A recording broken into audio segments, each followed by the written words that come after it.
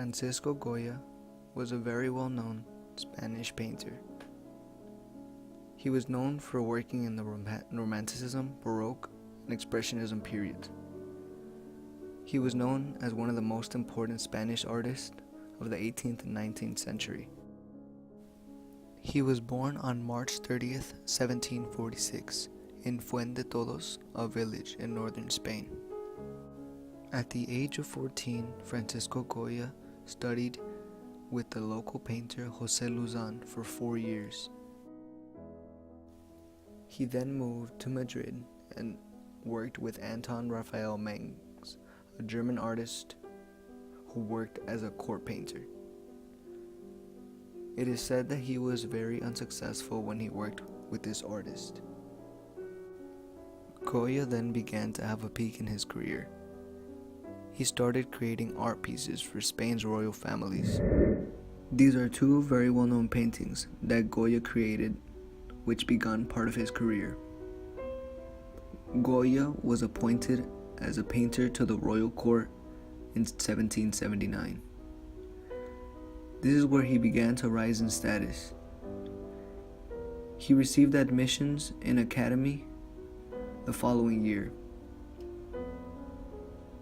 Goya began to rise his reputation as an artist.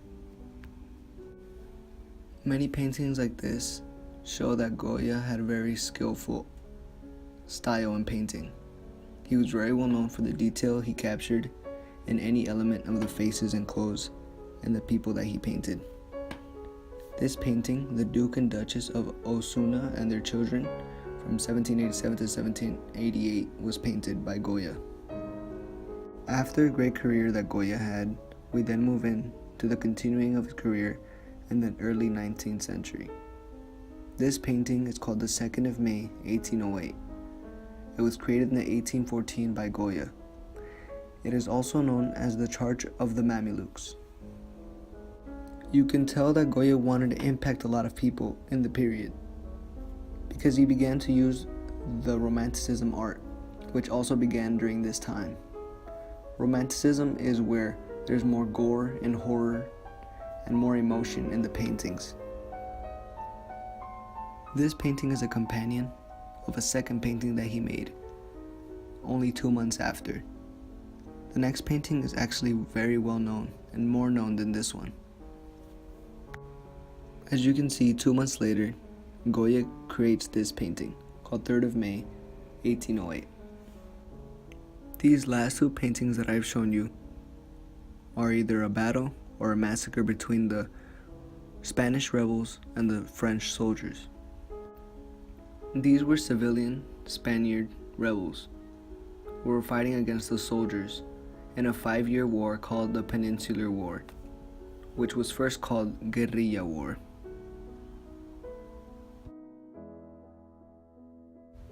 So this painting was made in 1814, which a lot of people get confused due to the title. This painting is oil on canvas and a rather large painting.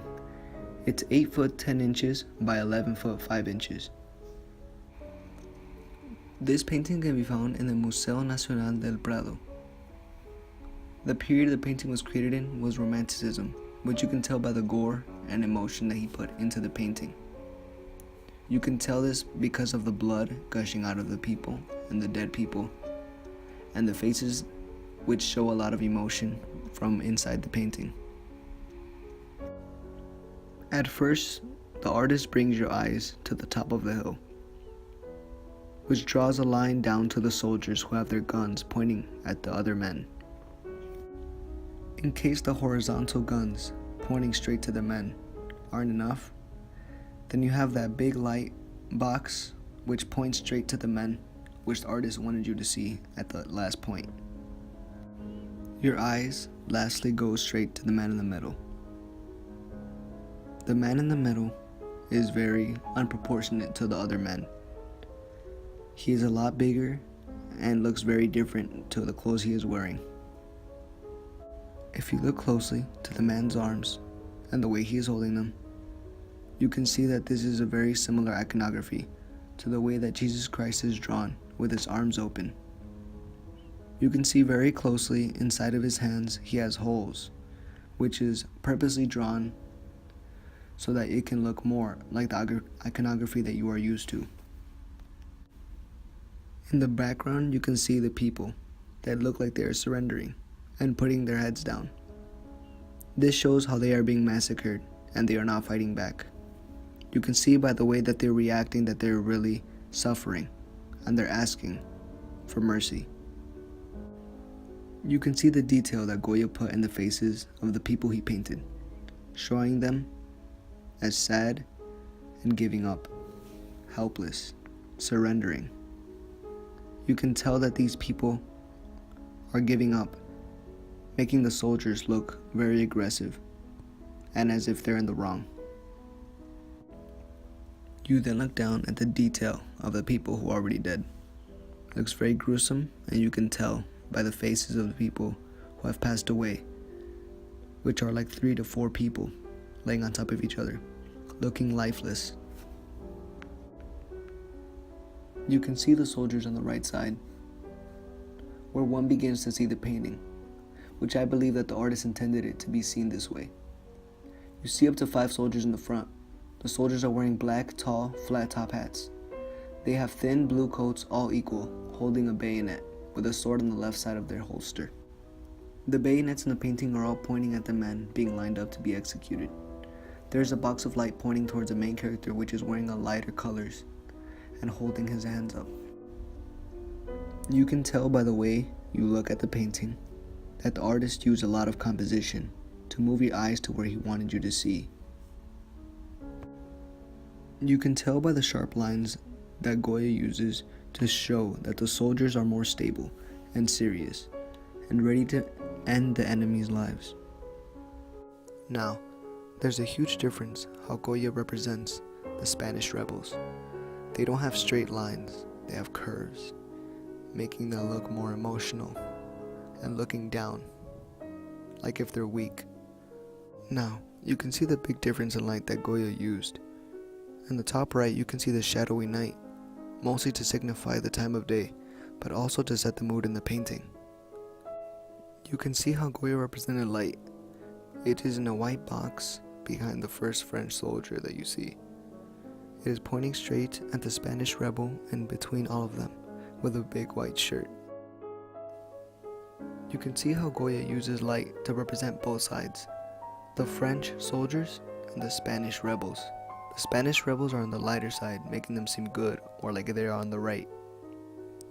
And the soldiers make them seem bad because they're in the darker side, like if they are wrong or they're doing the wrong thing. For my piece of art, I took this picture. I wanted to compare how Goya used the light to how this picture looks. In this picture, you can see the shadows on the left and right side, even on the bottom of the street. But you feel safer in the light, or you see the light and you would want to go to it, and light is some sort of safety. Although this picture doesn't really compare to Goya's painting, I just like to compare the fact how light really matters in a painting or any picture, and how your mood or emotions can change just by the light of a painting or a picture.